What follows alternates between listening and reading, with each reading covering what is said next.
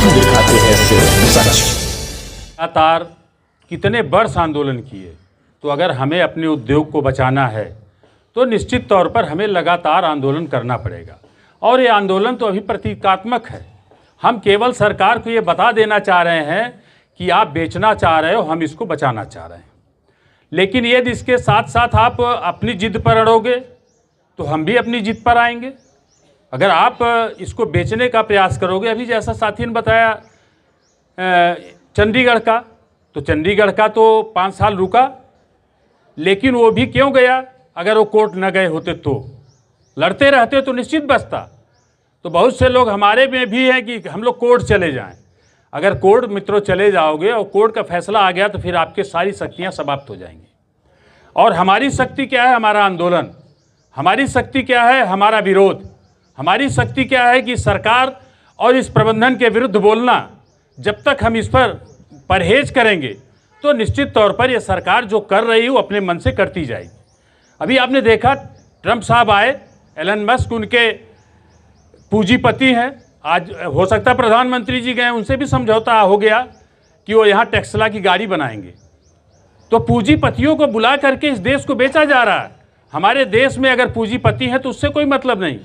अडानी को 600 करोड़ का ऑस्ट्रेलिया में कोयला लेने के लिए एसबीआई को बुला के वहीं लोन दिला दिया गया, और वहीं महाराष्ट्र में कोऑपरेटिव बैंक को फिर एक 6 महीने के लिए बैन लगा दिया गया।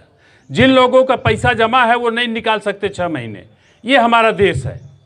इस तरह से अगर आप सबको प्रताड़ित करोगे तो हमारे आपके पास एक चारा होता है जिसका हम लोग अगर सही मायने में उपयोग करेंगे तो निश्चित इस अघोषित इमरजेंसी लगाने वाली सरकार को हम लोग बदल सकते हैं। अगर किसी को अपने पर यह घमंड हो जाता है कि नहीं हम ही सब कुछ हैं, दिल्ली का देखा, राष्ट्रीय पार्टी बन गए केजरीवाल जी, उनको घमंड हो गया कि अब हमारे अलावा कोई है नहीं दिल्ली में, 22 पर सिमट गए। तो जो भी घमंड करेगा उसको जनता जवाब देती है।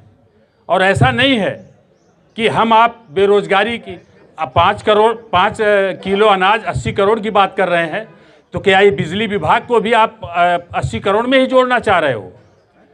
आज वैसे भी ये जुड़े हुए हैं, 10,000 और 12,000 वेतन पाते हैं। बताया उन्होंने कि हर कंपनी में अलग अलग निजीकरण करने के लिए, इसको नुकसान पहुंचाने के लिए हमारी पावर कारपोरेशन है।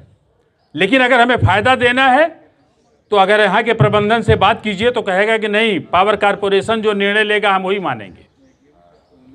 एक संविदा श्रमिक की आय इन्होंने 18 से 55 तय कर दिया, जबकि आपको सामाजिक सुरक्षा जब मिलती है जो ईपीएफ से, वो 58 साल में मिलती है।